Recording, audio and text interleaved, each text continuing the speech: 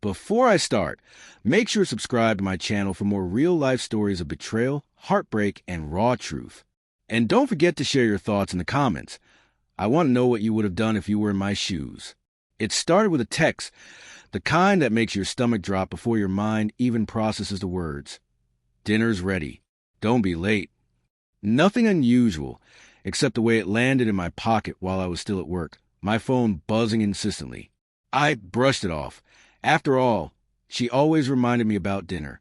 But that night, something felt different. By the time I walked into our favorite Italian restaurant, I noticed the subtle things first. The way she laughed a little too loudly when the waiter joked, the way she brushed her hair behind her ear with an almost deliberate flirtation, and the faint smirk I thought I imagined. I chalked it up to paranoia. Maybe I was tired. Maybe I was reading too much into nothing. She slid into the booth across from me, eyes sparkling, but there was something in that sparkle that didn't belong to us. She picked up her menu, barely glancing at me, and said almost teasingly, "You're just jealous." Her words were casual, playful even, but her tone carried a weight I couldn't ignore. My stomach tightened, a quiet alarm ringing in my chest. Over the next week, small things began to unravel. Missed calls that she'd never returned, vague excuses about late nights at work, and texts that would disappear from her screen before I could read them. My mind was a battlefield. I wanted to believe in us, in her. I questioned myself first, wondering if I was imagining it, being insecure or irrational. But deep down, I couldn't shake it. One evening, curiosity overtook me. She had left her phone on the counter, face down. My hand hovered, trembling, but I needed to know. Swiping up, I found it. Messages with a name I didn't recognize. At first, I froze, hoping it was innocent. But the conversation told a different story. Plans, inside jokes, secret laughter that belonged only to them. The world I thought I knew was crumbling, and I was standing in the rubble. I confronted her that night at dinner. Our plate sat half-eaten, the candle flickering between us.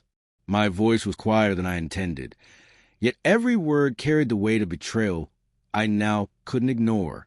"Who's Mike?" Her laugh was sharp, almost cruel. "Oh, come on. You're imagining things. You're just jealous." The word stung, but it wasn't the denial that hurt.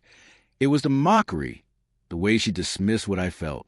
I smiled, not a smile of happiness, but one that masked the storm inside me. Calmly, I pulled out my phone and slid it across the table. On the screen were screenshots of every message, every subtle lie, every plan she thought she'd hidden from me. Her eyes widened, but she said nothing. I didn't yell. I didn't cry. I just sat there, letting the silence do the work I couldn't put into words. And then, in that quiet, I realized something. This wasn't just about anger or revenge. It was about reclaiming myself, about refusing to let betrayal define who I was. She tried to speak, but I shook my head. "Save it. I don't need your excuses." The familiar warmth of our life, the laughter, the small shared moments, the late-night talks, now felt like ghosts haunting me with memories that no longer had truth in them. Every kiss, every promise, every quiet morning together suddenly carried the weight of lies. Walking away wasn't easy. My heart ached, but the strength I didn't know I had surged quietly, steadily. I left the restaurant that night without looking back, carrying only the knowledge that I would survive, that I would rebuild. And in that moment, I realized betrayal could break trust, but it couldn't break me. In the weeks that followed, I found clarity. I allowed myself to grieve, not just for the love I lost, but for the illusions I'd held. I learned to distinguish between love and loyalty, affection and deceit.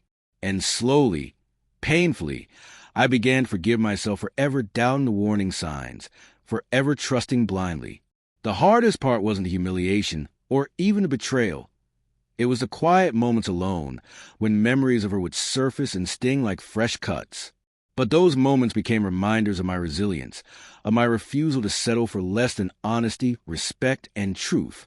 That night at dinner, when she mocked me with those words, I smiled, not for her, not for revenge, but for me, for finally understanding that self-respect isn't given. it's taken, quietly, deliberately, and without apology, life moves forward. Hearts heal, and betrayal, as painful as it is, can teach lessons no one else can.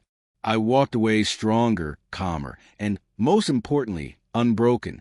If you've ever faced betrayal, let me know how you handled it in the comments.